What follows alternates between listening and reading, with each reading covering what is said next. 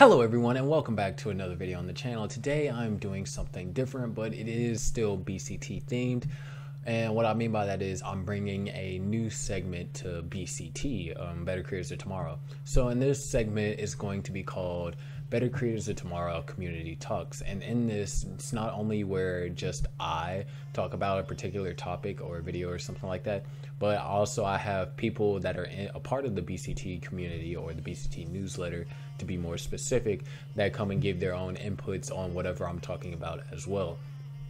So if you do want to take part in that, then be sure to stay towards the end and I'll tell you how you can become a part of this. But yeah, I do apologize for the lighting because I generally have even lighting from like right there, but something kind of, I don't know, to be honest. But yeah, today we are going to be discussing Mustached Tom's video, his 1000th video special actually, and I gotten permission to discuss about it because there are actually several points that I disagree with, and not only I, but we're also going to hear some inputs from my community as well. So whenever I'm playing the video, I will have to have on my headphones, but as soon as we get to a certain segment, then I will take off those headphones and then discuss it. And I think there's like 4 or so segments. All right. My name is Zeak Dartail, leader of Syndicate. So this is like a 7-minute video, so I do have it actually separated into 5 portions, and I might, while editing this, I might cut out certain portions just because they kind of like drag out things, and I don't want this to be too long because there's a lot to discuss in this actually. Also, let me know what you guys think of a new hairstyle. There's a saying up there, quality over quantity. But you see, here on YouTube, I like to refer back to a meme and ask, why not both? Why not celebrate both? I've worked for these 1000 videos, so why shouldn't I celebrate making that many videos? Heaven forbid that YouTube's never gonna celebrate someone like me, a hybrid channel who started in 2015.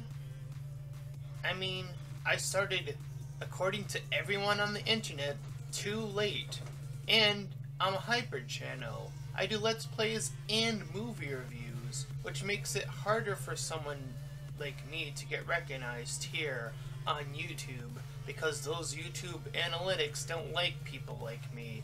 They don't like people that branch out and try different things. They don't like creativity. They like the status quo. They like the big.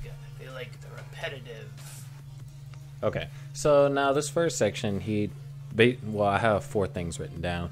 He touches over how, as a creator, he likes to celebrate both quality and quantity.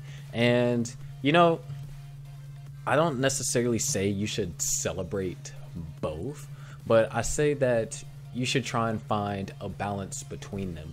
So for example, let's take it when my channel was first starting out. I was uploading around 3 videos a day, one at 10, another one at 2, and then a last one at 6. Now these videos were unedited. They were like around 20 to 30 minutes long, and they were just absolutely, you know, straight garbage. And through that particular time period, my channel didn't see a lot of growth. Those videos were getting hardly any views.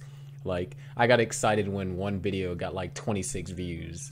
That's how bad. Like, generally I say the average was around like 10 views, you know, sometimes if I get lucky 15. But then now when you look at my content nowadays, the stuff I upload, it's definitely higher quality, and it's something that I'm proud to present. And like depending on like the kind of video, like my BCT videos, they get like around 50 views within the first 24 hours, which is definitely spectacular. But that should tell you something, that I do not necessarily upload as frequently as I did whenever I started this channel, but I sacrificed some of that upload frequency for quality, which overall still makes my channel look better because quality is very important when it comes to YouTube. Now, second, he discussed on how he's a hybrid channel, and in specific, he does movie reviews and Let's Plays, and how because of that, it's hurting his growth. Well, I like to disagree with this simply because your channel, the hybridity of it is not necessarily too big.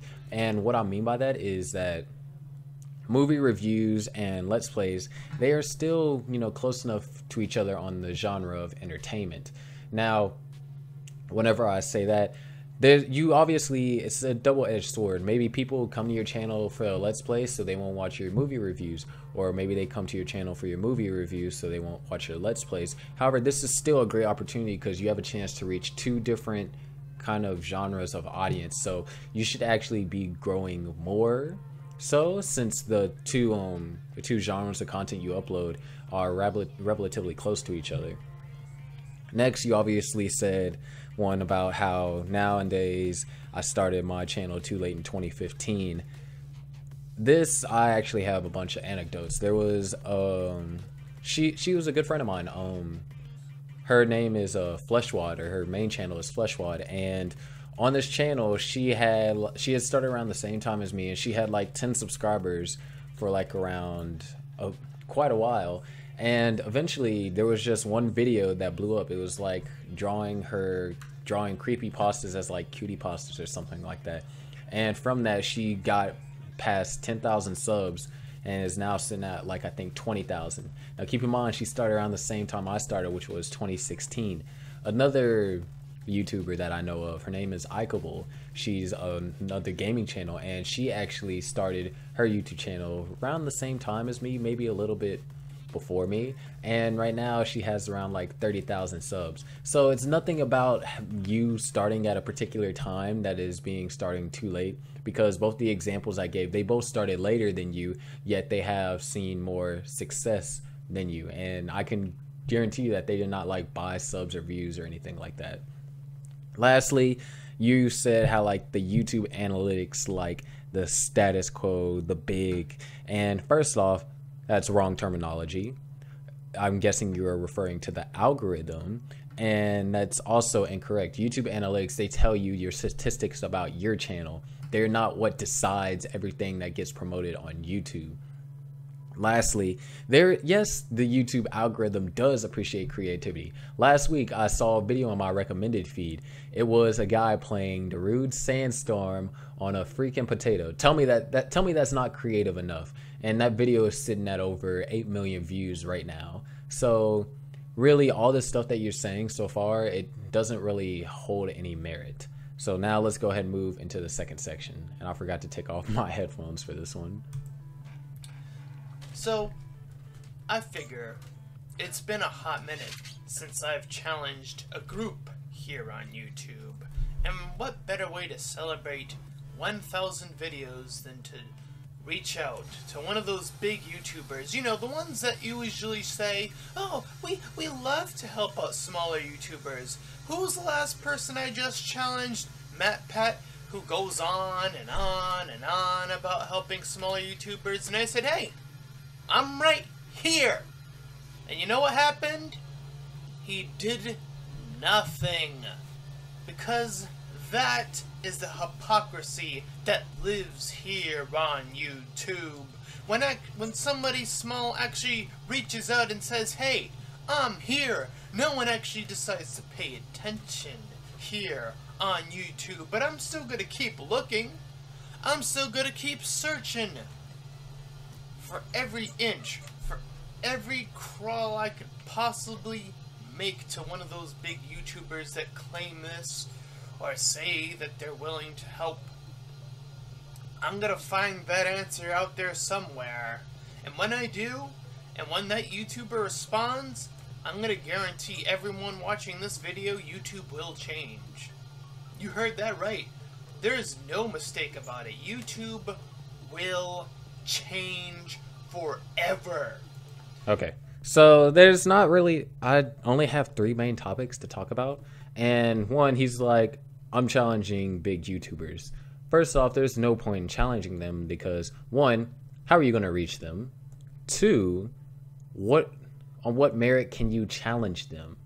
It's not like if they don't respond, nothing bad's going to happen to their channel. Their audience is going to be unaffected. So what's the point of you, in essence, challenging them? And so next, this one I actually wanted to talk about at like the very first time I hear it. You're like, MatPat, I challenged him and he did nothing. Well, I went back and looked at that challenge video, and you're like, you said how he mentions that he helps out smaller YouTubers behind the scenes, and you're like, well, there's no one that I know of that said that they've been helped out by MatPat, so as far as I know, that information is not valid. Well, allow me to reason here with you, and yes, I'm going to get technical. Whenever he says smaller, essentially he means anyone that is smaller than his current sub count on his main channel, Game Theory, and smaller than that current sub count is 10 million. There's a bunch of numbers in between 0 and 10 million, around 10 million to be exact.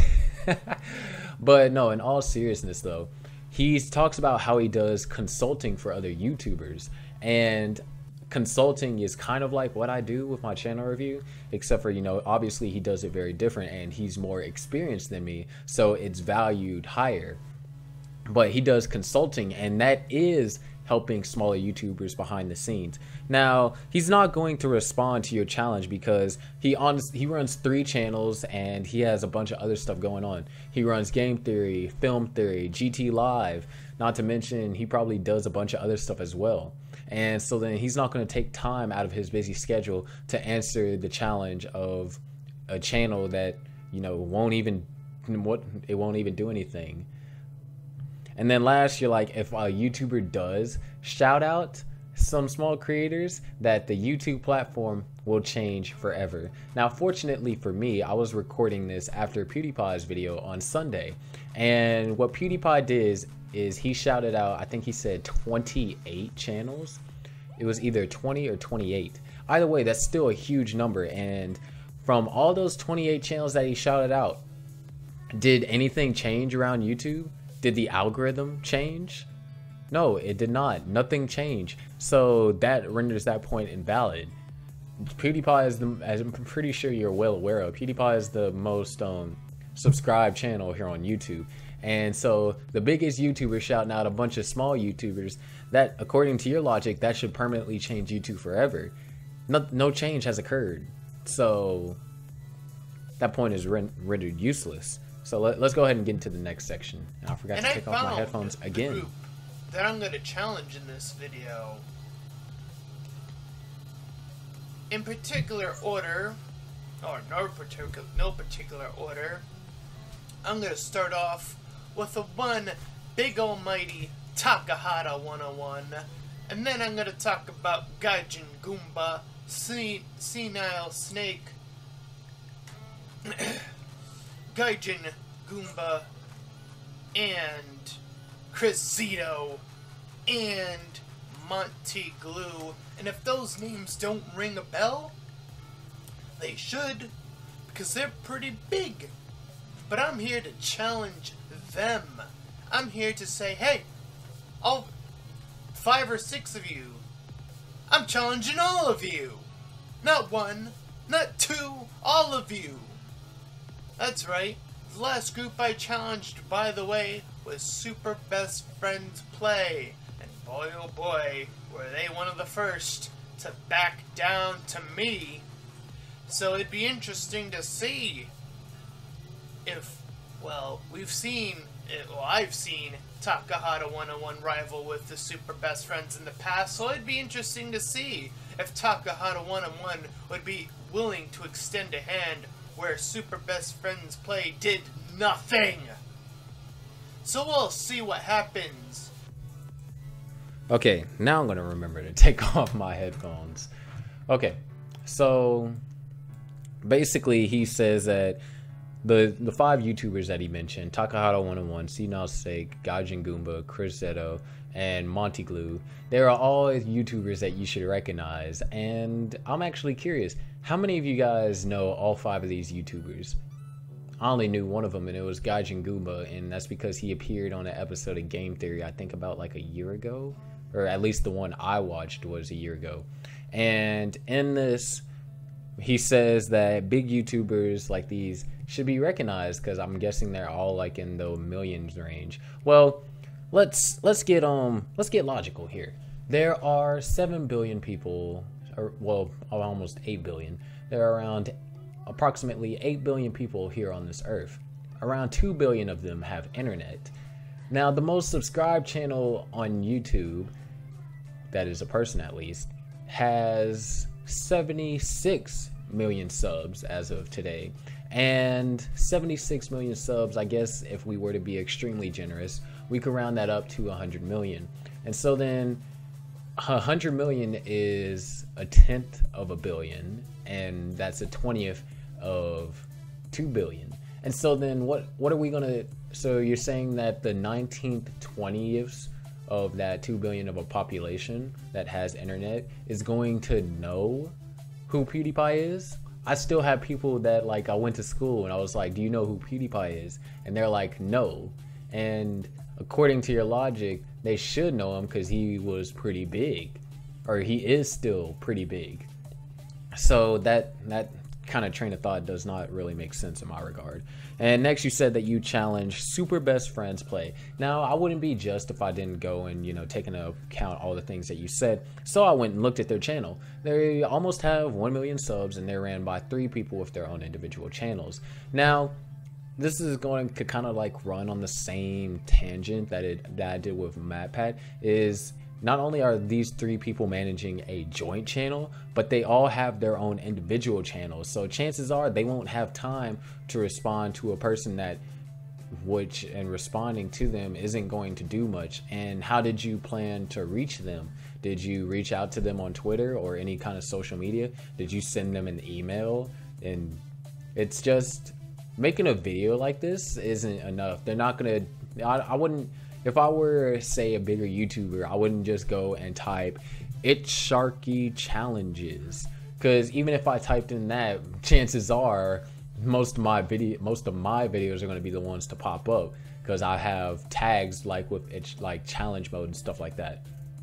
But that is beside the point. So really, challenging group YouTubers, it's not going to have no effect unless you have an effective way of reaching them. And even if you have an effective way of reaching them, chances are you aren't necessarily seen to them as a threat to their audience. So if they don't answer you, nothing is going to happen to them, essentially. So now let's go ahead and get into the second section, because we're starting to get into the more juicy stuff. This group has 2 options like everyone else on this list. They can be the first to step up and make that video, make that challenge, whether it be collaboration, whether it be demanding YouTube to bring the community tab to everyone here on YouTube, because that is something, a tool that everyone should have access to once again. Or, you know, do that collab thing I mentioned. Or just mention someone significantly smaller that's making that content. It can be me. I would love it to be me, but hey, I'm not going to be explicitly greedy. If you can find a YouTuber under 1,000 subscribers, then go get it. You know what? That's too easy. I say do 3 different smaller YouTubers. And if you can do more the merrier. Okay.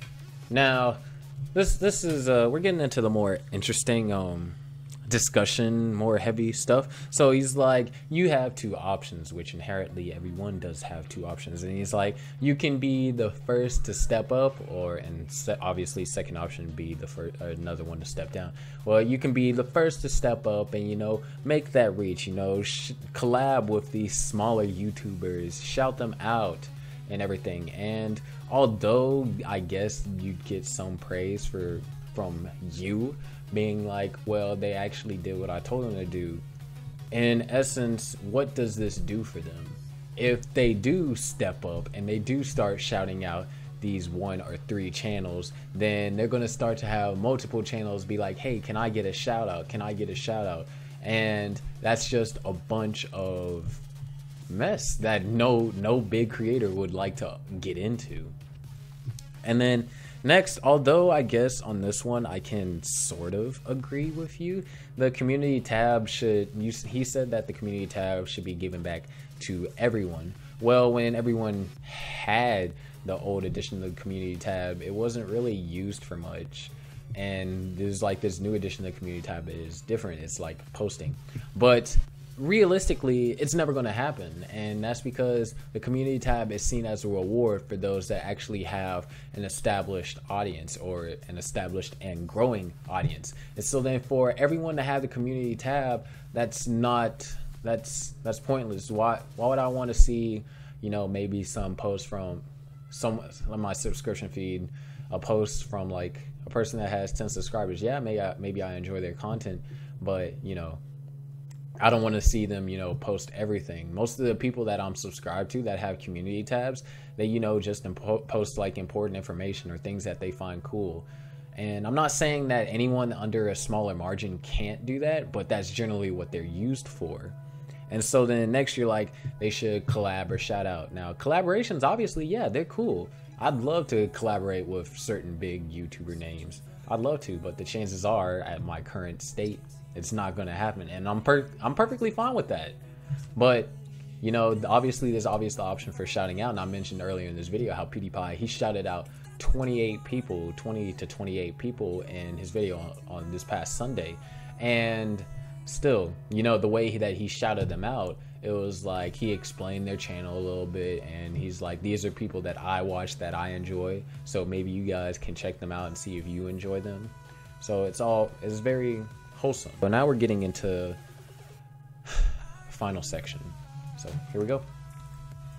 And what you're gonna want to do is you're gonna put their name on the title, and you're gonna put their name in the tab. When you're filling out those tabs in your video descriptions as well, you're gonna put it in the description as well, because then, and if more people start talking about those YouTubers, then and only then will YouTube start to change, because the YouTube analytics are going to start to go, who are these YouTubers? Let's feature them more. That is how you make a change on YouTube, and I'm seeming to be the only one here on YouTube who gets it, who has figured out the algorithm, who has figured out how to actually beat it. But apparently, it's going to take a bigger YouTuber to step up. So again, you either step up and do all those things, or you do nothing, and you join the list of cowards. The challenge is on. Alright, yeah, I know that last part was a bit childish. Oof. I accidentally clicked on something else. So, as you can kind of tell by my subtle face expressions, I'm not amused by this part, to be honest. It is honestly the worst part in this whole entire video. But he was like, and what you are going to want to do. So first off, instructing them what to do. Like, okay. What you're going to want to do is you're going to want to put their name in the title and the description and the tab, which I'm pretty sure you meant tags. But regardless, the overall point I'm trying to make is the same. You're going to want to put their name in every part possible. And let me tell you, this is not going to help. If anything, it's going to ruin the channel that they're shouting out, is going to ruin their search rankings. Because now the bigger channel that shouted them out, if they have a video like that, they are going to start getting part of the search query. And imagine if someone is trying to search up their name and they see someone that is way bigger, unless they know that they're specifically looking for you, the chances are that won't benefit you. Putting your name in every possible place, it does absolutely nothing for your channel but ruins your tags rankings. And once again, he said YouTube analytics in the improper terminology, because analytics, like I said earlier, they describe statistics that are going on with your channel, your videos, etc. Okay, and so then the part that actually aggravated me the most is he claims to understand and knows how to beat the algorithm. Obviously, my first issue is the fact that he claims to understand the algorithm. People that are at YouTube HQ themselves said that there is not a single person in this facility that is able to explain or understand the algorithm in its entirety. And not to, you know, try and be prideful and put myself above him, but I'm pretty sure that I do know more about the algorithm than you. I mean, if we were gonna go based strictly off of statistics, obviously there has to be something I'm doing right, because my channel is performing better than yours, and we're going just based off of straight statistics, not comparing content to content. But my channel is performing better. I'm getting a bunch of ranked tags on like certain videos, and I've gone through your videos, and the only ranked tags that I've seen are ranked tags with Zeak Dartail on them, or Mustached, which are channel ranked tags, which essentially don't necessarily matter that much, because it's very niche, and it only depends on if people search up those two topics. But then my second problem is how you claim to know how to beat the algorithm, and the fact that it's going to take a bigger YouTuber to step up in order to beat the algorithm. And obviously this is not true. If no single person on this earth can understand the algorithm, then how is it possible that you are able to beat something that you do not understand? And how do you, and by beating this, you saying that bigger YouTubers start out shouting out smaller YouTubers that this is going to beat the algorithm? No, hell no. It's not going to make any difference. It's just going to be bigger YouTubers shouting out smaller YouTubers, and maybe the smaller YouTubers might get some growth from it. That's all. It has nothing. It's not going to affect the algorithm. You're still going to get your random recommended videos based upon your like watch preferences that the algorithm, you know, sees you watch, like the videos that you watch. And it's just, no, I'm actually at a loss for words, because that part in the video was actually the dumbest part in the whole entire video. Is that, I mean, all the points I made prior is like, yeah, I can understand where you're coming from, but this particular point, I do not understand where you're coming from. I do not agree on any premise, and it's just, it's bad. And the fact that you yourself think that you are the only person on this platform that understands it's just beyond me. So that's really all I have to say for now. So before I go any further about talking with this, I like to have, you know, input from people that are a part of the BCT newsletter, which I sent them this video so then they can get, you know, so I can have their opinions to put in this video. So now let's start off with Lolly B Art. She is an art channel, and the thing I'm going to do with these is in the description there will be a short description of your channel as well as a link, so I recommend you go and check out every channel that I mentioned here. Anyways, she has the following to say.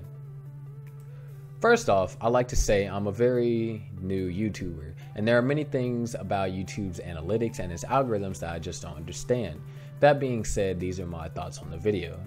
I watched it in its entirety twice, and while I gathered his main point, small YouTubers have no chance of success without help from a big YouTuber, there were many things I did not understand, so I'm not going to talk about those things. I'll cover his comments on his hybrid channel, quality over quantity, and YouTube analytics don't like creative YouTubers first.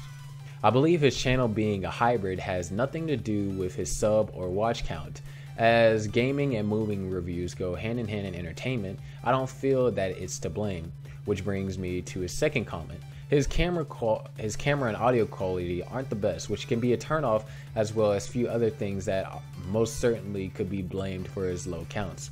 Quality over quantity does matter and can play a big role.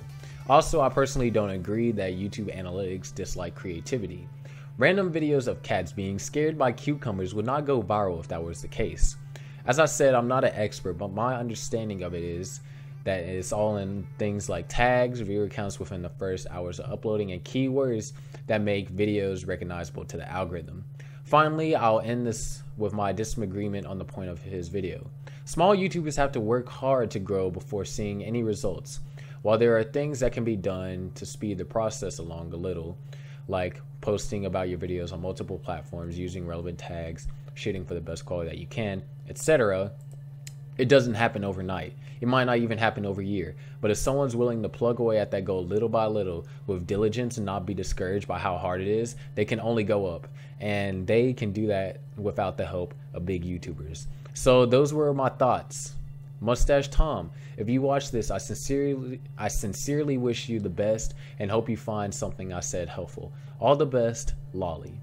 Thank you, Lolly, for your input on this, and as you can tell, I agreed with pretty much everything that she said.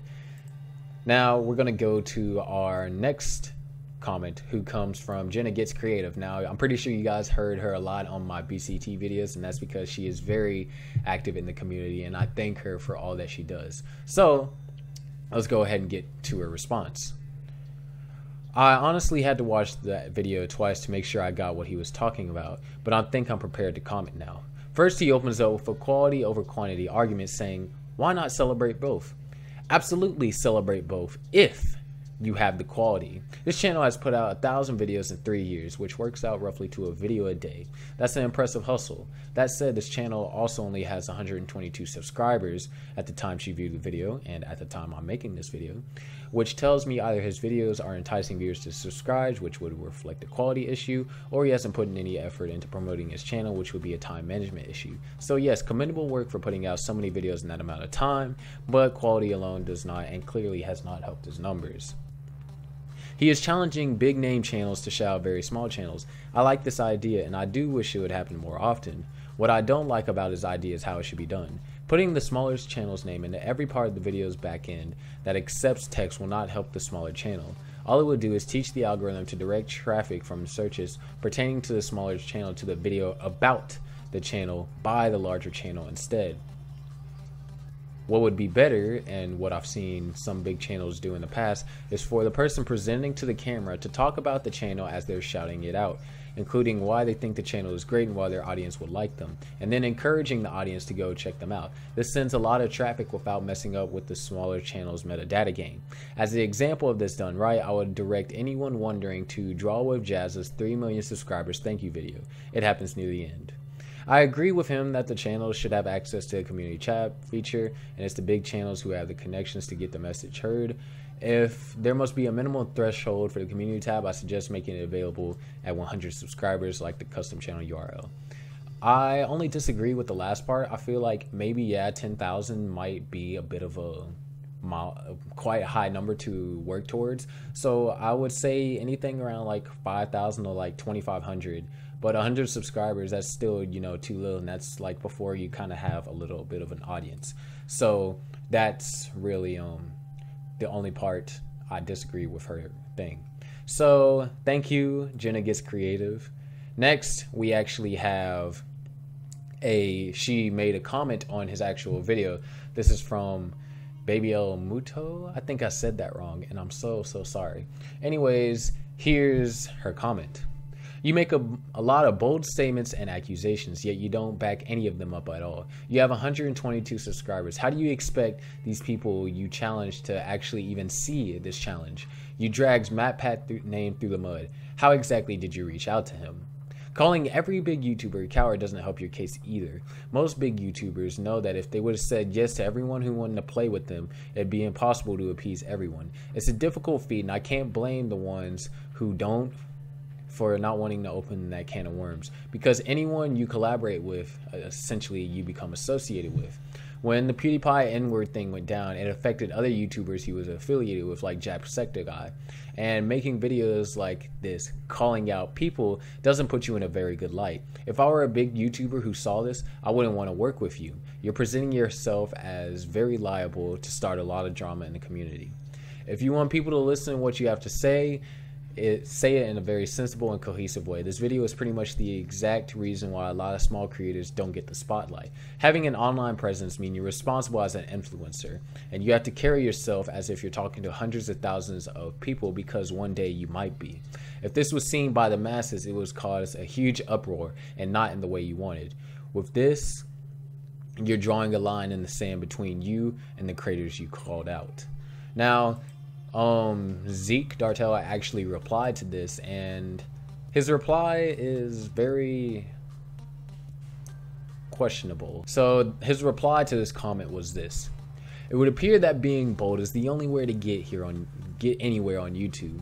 I've been a whole hybrid channel for 4 years and barely hit over 10 views on any given video. So that should tell you something, that something that you're doing is not working, to be honest. Excuse me.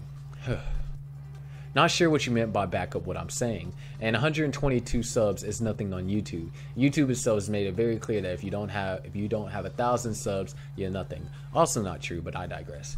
Well, besides using Twitter, the design was to get other people to use social media to do so as well. As in saying something like, "Oh snap, this small channel just called out this larger channel," and the buzz would spread by tweeting them or sending messages on their pages. Now, I actually did not catch that the first time because I was reading it on mobile, but that's definitely not how social media is going to work. And a small channel, or with, like you said, if you don't have 1,000 subs, then technically you're nothing. Using your own logic, a small channel like yours was not going to start an uproar in the first place because you're sub with 1,000 subs. Anyways, back to the comment. I agree, big YouTubers can't say yes to everyone, which is why I created the persona to begin with. It was a selfish act to say I am small but worthy. When or if I grew, I would stretch out my collaborations to various smaller channels using programs like Discord to help them.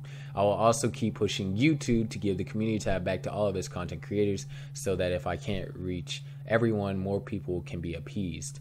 I'm not seeking drama, as you put it. I'm not Drama Wheeler, who is a big channel too. I challenge to make a change, and if change is seen as drama, then I guess I'm guilty of drama. The last part, no. The reason small content creators aren't getting the spotlight is because YouTube removed the community tab, and there's not enough content creators giving them the spotlight. I'm sorry, I can't finish that sentence.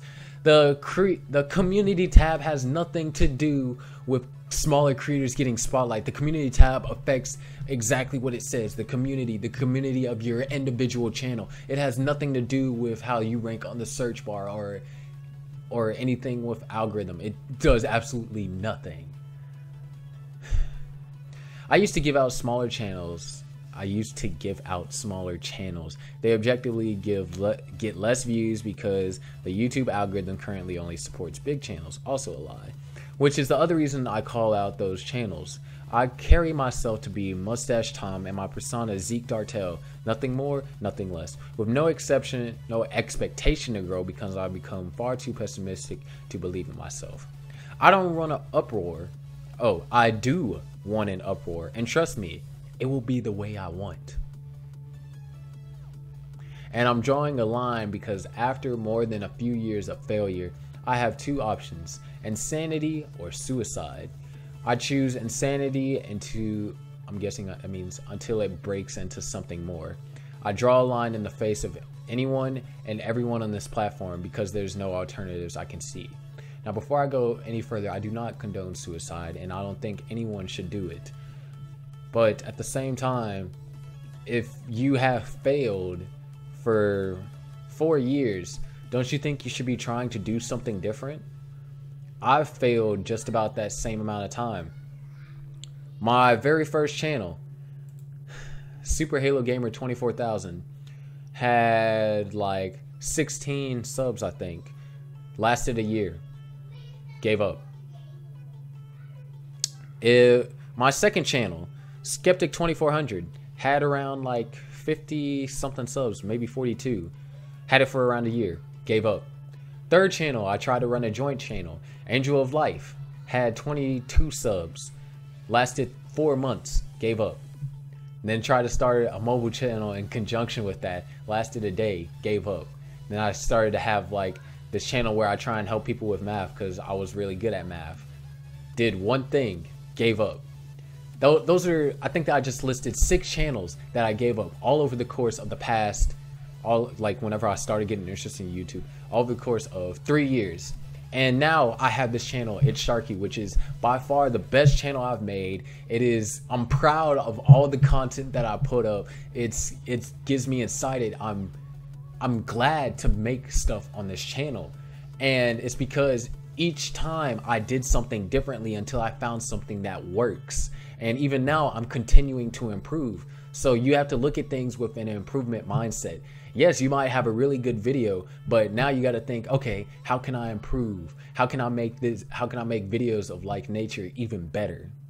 Now, for the last one, I actually got an audio submission, and this audio submission is from King ZZZ.